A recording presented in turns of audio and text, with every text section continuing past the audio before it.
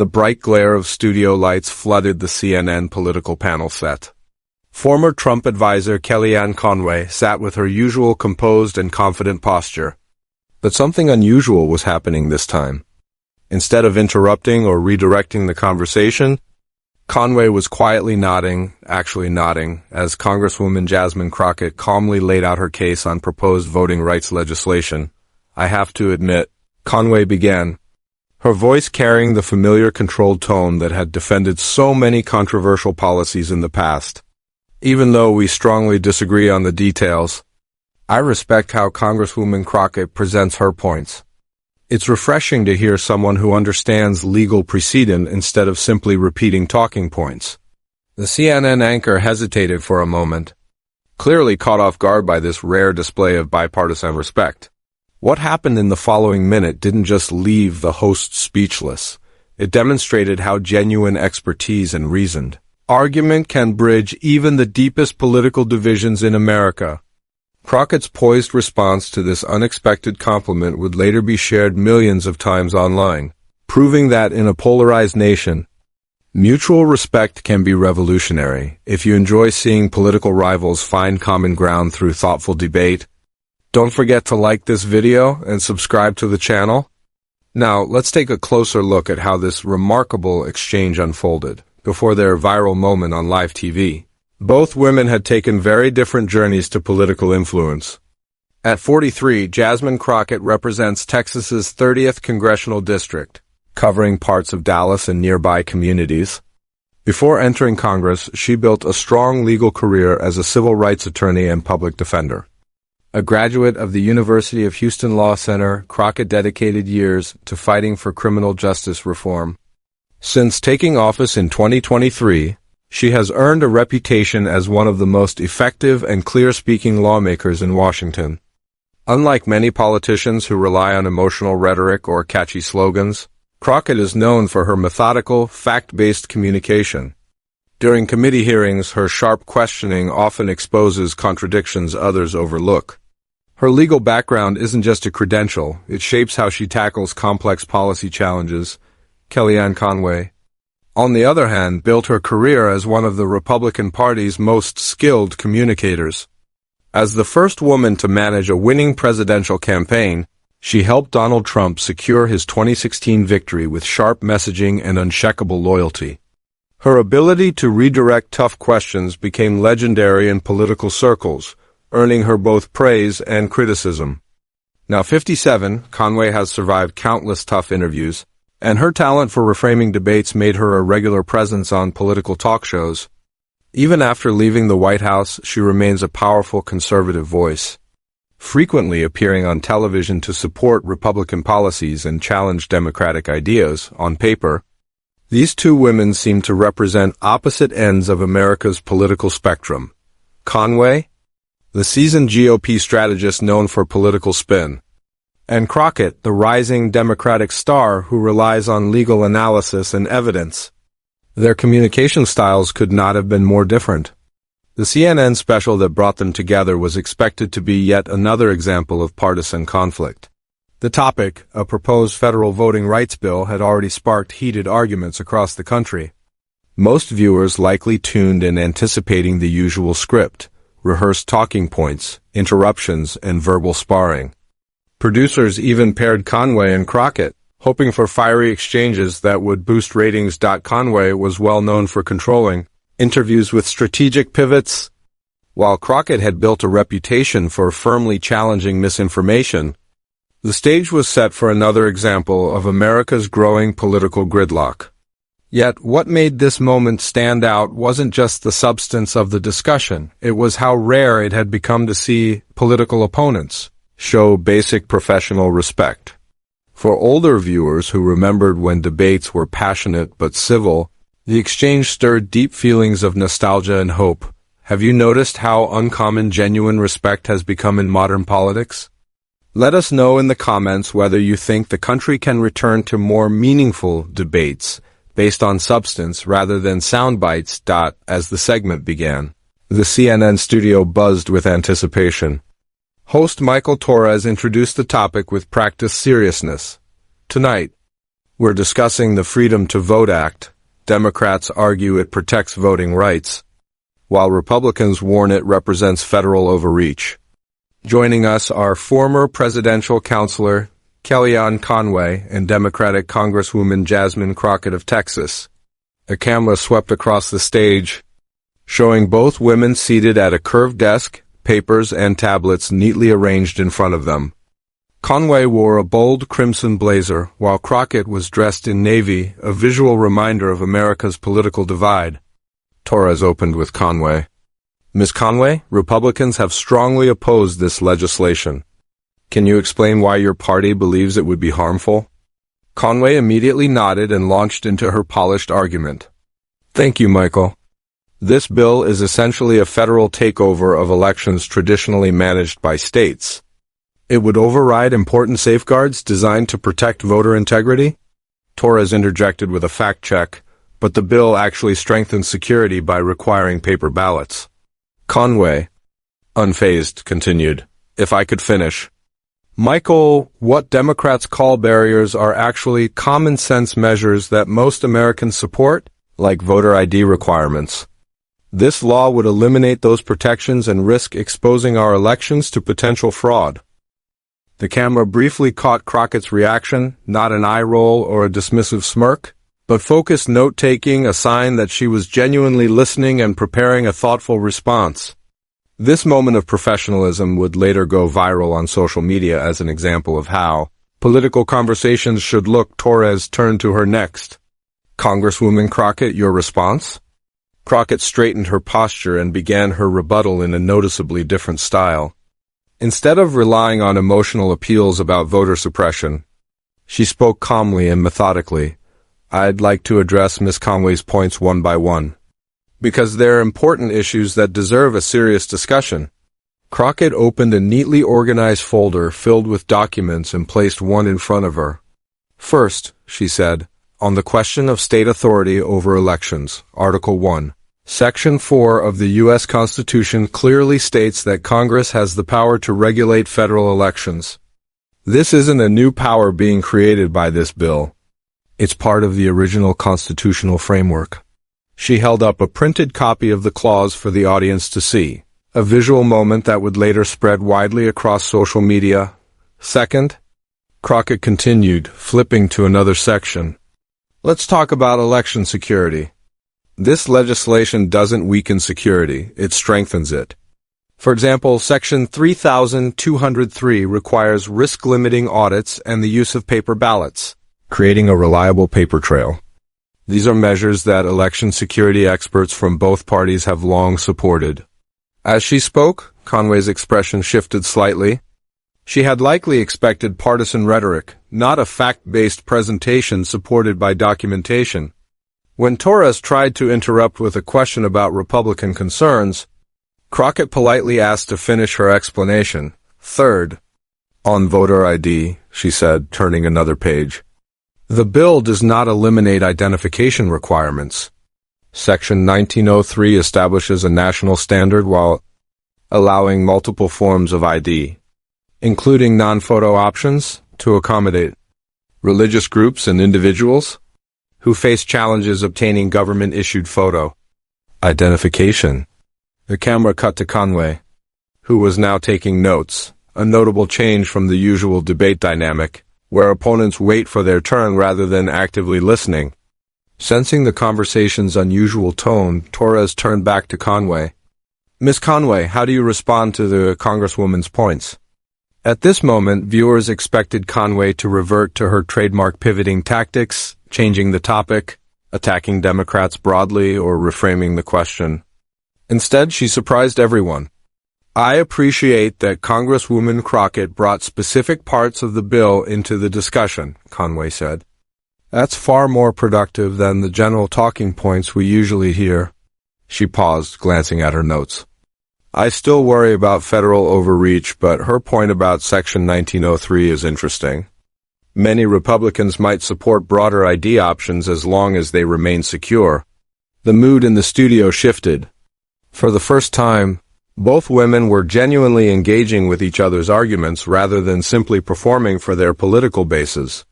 Crockett seized the opportunity to build on the progress. "I think there's room for agreement here," she said. "The bill contains many security provisions Republicans have supported for years, including regular voter roll maintenance and mandatory audits. The real question isn't whether we want secure elections, everyone does, but how to balance security and accessibility." Conway nodded and raised another concern. "But what about same-day voter registration? That could create real challenges in verifying eligibility. How can that be done without increasing the risk of fraud?" Rather than brushing off the question, Crockett pulled out another document. "That's addressed in Section 1012, she explained. "It requires same-day registrants to show proof of residence and sign an affidavit under penalty of perjury. States like Minnesota and Wisconsin have used similar systems for decades with virtually no evidence of widespread fraud." The discussion continued in this thoughtful and substantive tone.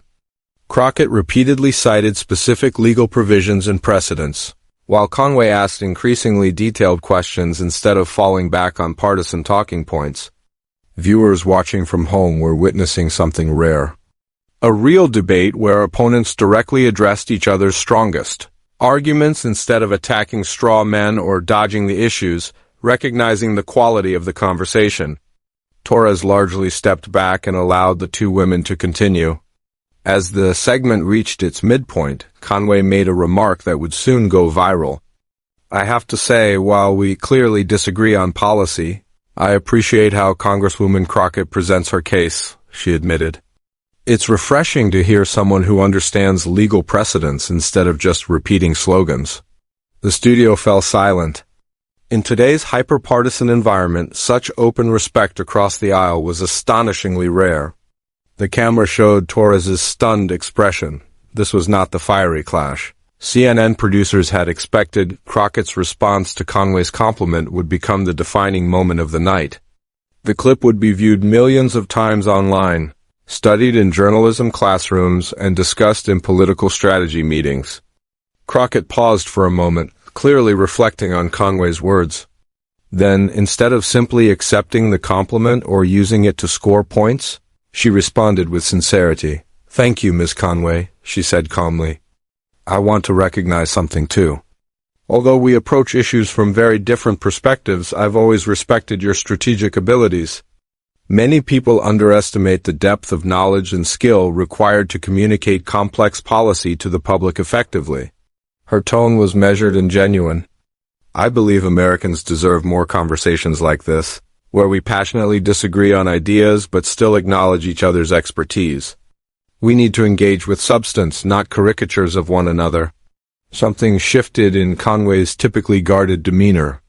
"I couldn't agree more," she replied. "The public is smarter than many politicians think. They're capable of understanding nuance and complexity, but only if we're willing to present it." Offstage, cameras caught surprised glances among the production crew. This was not the combative debate they had expected when booking these two political heavyweights. Inside the control room, producers scrambled to signal Torres to push the discussion back toward controversy. Sensing the pressure to boost ratings, Torres tried to reignite tension, but surely, he pressed. There are fundamental differences between Republican and Democratic views on voting rights that simply can't be reconciled. Conway and Crockett exchanged a knowing look, both clearly aware of the attempt to stir conflict for entertainment. Years of experience dealing with media battles had taught both women how to recognize when they were being pushed into performative conflict. "Of course, there are real differences," Crockett admitted. "Republicans generally focus on election security and state control, while Democrats prioritize accessibility and consistent federal standards. But disagreeing honestly is not the same as assuming bad motives?" Turning directly to Conway, she continued. "I don't believe Ms. Conway wants to suppress votes, even though I disagree with some Republican policies. And I hope she doesn't believe Democrats want to encourage fraud, even if she disagrees with our approach." Conway nodded in agreement. "Exactly. The real policy debate is about how we balance competing values, security versus accessibility, state authority versus federal oversight. Reasonable people can disagree on where that balance should be. The studio grew silent, a rare, thoughtful pause replacing the usual partisan theatrics. Even Torres seemed unsure how to respond. The familiar script of political combat had suddenly been replaced with something deeper and more meaningful, trying once more to stir tension. Torres asked, "But Ms. Conway, former President Trump has often said Democrats support these policies to enable fraud. Do you agree with that statement?" It was the perfect chance for Conway to return to partisan talking points. Instead, she showed why she was considered one of the most skilled Republican communicators. "I think there's exaggeration on both sides," she replied. "Some Republicans make claims about fraud that go beyond the evidence, while some Democrats make suppression claims that aren't always supported by data. What the Congresswoman and I are trying to do is move past the rhetoric and focus on the real policy questions." One of the cameras caught a production assistant's stunned reaction, jaw dropped. Conway had just broken a basic rule of partisan media. She acknowledged nuance and refused to attack her opponent's motives. Building on her point, Crockett reached for another document. And that's what lawmaking is really about, getting into the details, identifying common ground, and writing legislation that addresses valid concerns on both sides. She held up a marked-up page of the proposed bill. For example, Section 4302 actually includes Republican-supported security measures from a previous session, like regular maintenance of voter rolls, a proposal originally sponsored by Republicans. Conway leaned forward, clearly intrigued. "I didn't realize that provision was included." That's exactly the kind of detail that often gets lost in broader political debates. "Exactly," Crockett said. "And there's an amendment process, too. So, additional security measures can be added as long as they don't create unfair barriers for legitimate voters. The issue isn't whether elections should be secure, everyone agrees on that. The real question is how we balance security and access." She then turned to address the audience directly. "Most Americans want the same thing: safe, fair elections where every eligible citizen can vote without unnecessary obstacles. The debate should be about how to achieve those goals, not about assuming the worst about people who disagree." Conway added, "What the Congresswoman is demonstrating is the difference between performative politics and actual governance. Real governance means understanding the details, recognizing valid concerns from all sides and finding workable solutions." Torres, still hoping for conflict, made another attempt. "But Congresswoman Crockett, many in your party accuse Republicans of deliberately trying to suppress minority voters. Do you stand by those accusations?" It was now Crockett's turn to show why she was known for her sharp legal reasoning and principled approach. "I think it's important to separate impact from intent," she answered. "We can disagree about the impact of certain policies without assuming malicious intent. Some policies may disproportionately affect certain communities, even if that wasn't the goal. What matters most is ensuring every eligible American can vote while maintaining election integrity. And I believe Ms. Conway shares that goal, even if we differ on how to achieve it." "That's a fair statement," Conway replied. "And I appreciate the Congresswoman distinguishing between criticizing our policies and questioning our motives." As the discussion neared its conclusion, something extraordinary had unfolded. Two women from opposing sides of the political spectrum had demonstrated how real political discourse could look when it focused on facts and solutions rather than theatrics. They hadn't compromised their principles or abandoned their beliefs. Yet they had shown that even sharp disagreements could be expressed with mutual respect and serious engagement. The production crew, initially frustrated by the absence of dramatic clashes, now realized they were witnessing something more valuable, a genuine exchange that cut through the usual political noise. Recognizing the power of the moment, Torres asked a final question. "What do you think it would take to see more conversations like this in American politics?" Crockett answered first. "It requires everyone, politicians, the media, and citizens, to reward substance over spectacle. When we celebrate politicians for owning their opponents instead of presenting the strongest case for their ideas, we shape the discourse we get." She glanced toward the control room. "And that includes editorial decisions in the media, choosing to highlight Substantive discussions over manufactured drama, Conway nodded. It also means understanding that the other side's concerns, even if we disagree with them, often come from legitimate values and priorities, not hatred or bad faith.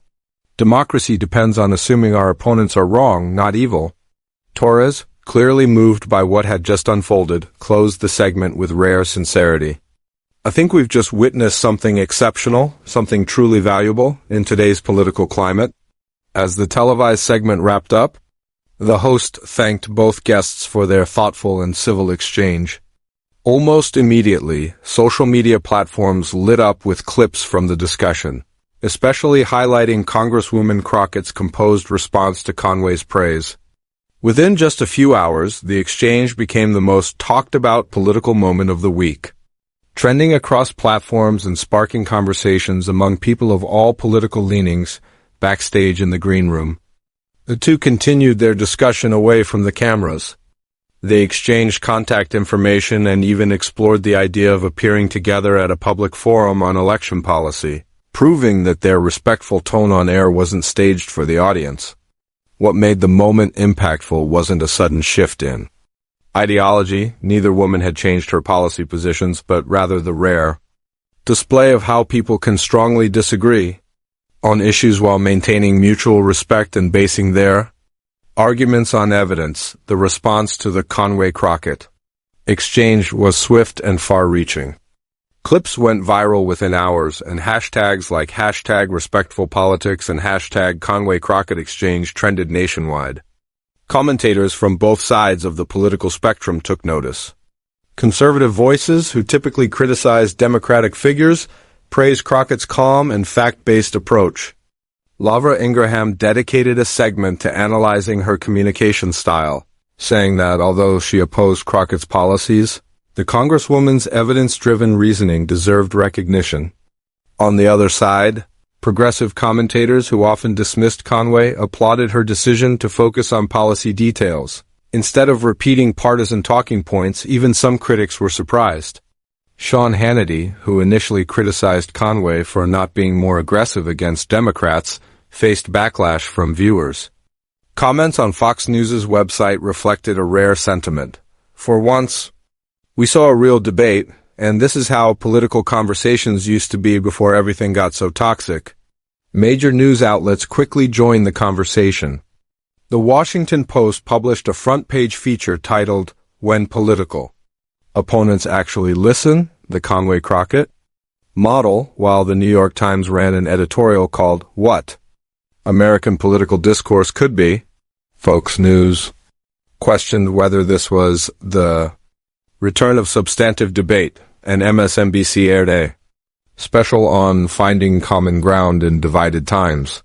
Even late-night host Stephen Colbert opened his monologue by joking, "Something truly shocking happened today. Two political opponents had a reasonable conversation." The audience laughed. But his segment went on to seriously explore why civil debate had become so rare that it was now considered newsworthy. The impact extended beyond social media and television. Ratings for political panels featuring either woman surged, sending a clear signal that audiences wanted substance over spectacle. CNN President Mark Thompson even circulated an internal memo later leaked, noting that the Conway-Crockett segment outperformed expectations by 47%. While conflict may drive quick clicks, he wrote, substantive discussions build sustained viewership. Older audiences were especially moved, recalling an era when political opponents could debate fiercely by day and still share mutual respect afterward. A widely shared Facebook post by 72-year-old veteran James Miller read, "I remember when Tip O'Neill and Ronald Reagan would argue all day but share a drink at night. That's what made America work, knowing that opponents aren't enemies." Experts weighed in as well. Dr. Margaret Chun, a professor of political communication at Georgetown University, told several outlets that the real significance of the exchange wasn't a change in beliefs but the rejection of a toxic assumption that the opposing side must be acting in bad faith.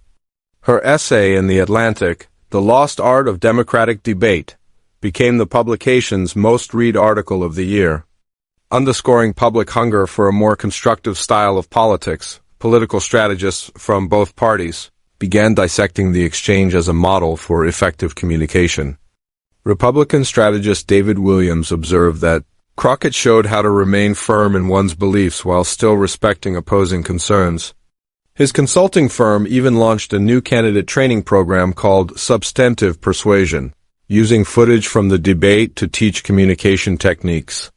Democratic consultant Sarah Rodriguez noted that Conway's choice to engage with specific provisions rather than demonizing the entire bill actually strengthened her argument. The conversation's ripple effects reached campaign offices nationwide. Candidates started requesting training in substantive messaging, and internal polling revealed that voters responded more positively to those who demonstrated policy knowledge and respect for differing views. For Crockett, the event dramatically raised her national profile. Major networks lined up interview requests. The Washington Post ran a feature calling her the Congresswoman who changed the conversation, and fundraising for her re-election surged. Even opponents praised her. "I'm a Republican who will never vote for you," wrote one Texas constituent, "but I respect how you present your arguments." That's what representation should look like. Conway's reputation also benefited, especially among moderate voters who valued her willingness to debate in good faith.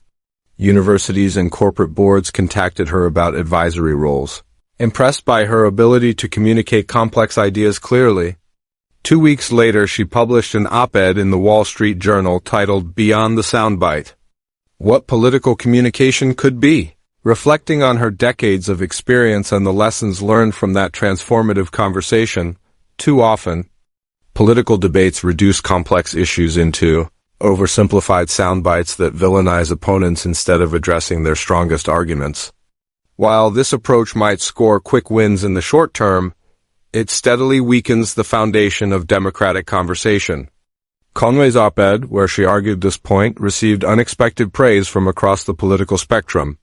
Former President Obama tweeted, "Though we disagree on many issues, Kellyanne polls makes valid points about the quality of our political conversation, worth reading." Senator Ted Cruz, who had initially criticized Conway's softer tone, shared the article with the caption, "A thoughtful perspective on elevating our political discourse." After witnessing the overwhelmingly positive public reaction, the exchange between Conway and Crockett sparked a much broader national conversation about how Americans engage in politics. Public opinion polls in the weeks that followed showed overwhelming support for more substantive and respectful debates. Nearly 78% of respondents said they preferred discussions like the Conway-Crockett exchange over personal attacks or gotcha moments. A study by the Pew Research Center titled "American Attitudes Toward Political Communication" revealed a striking disconnect between what media outlets assumed viewers wanted, conflict and drama, and what they actually desired, depth, civility, and mutual respect. According to the survey, 64% of Americans, including majorities of both parties, felt politically homeless because nuanced viewpoints were rarely represented in mainstream conversations.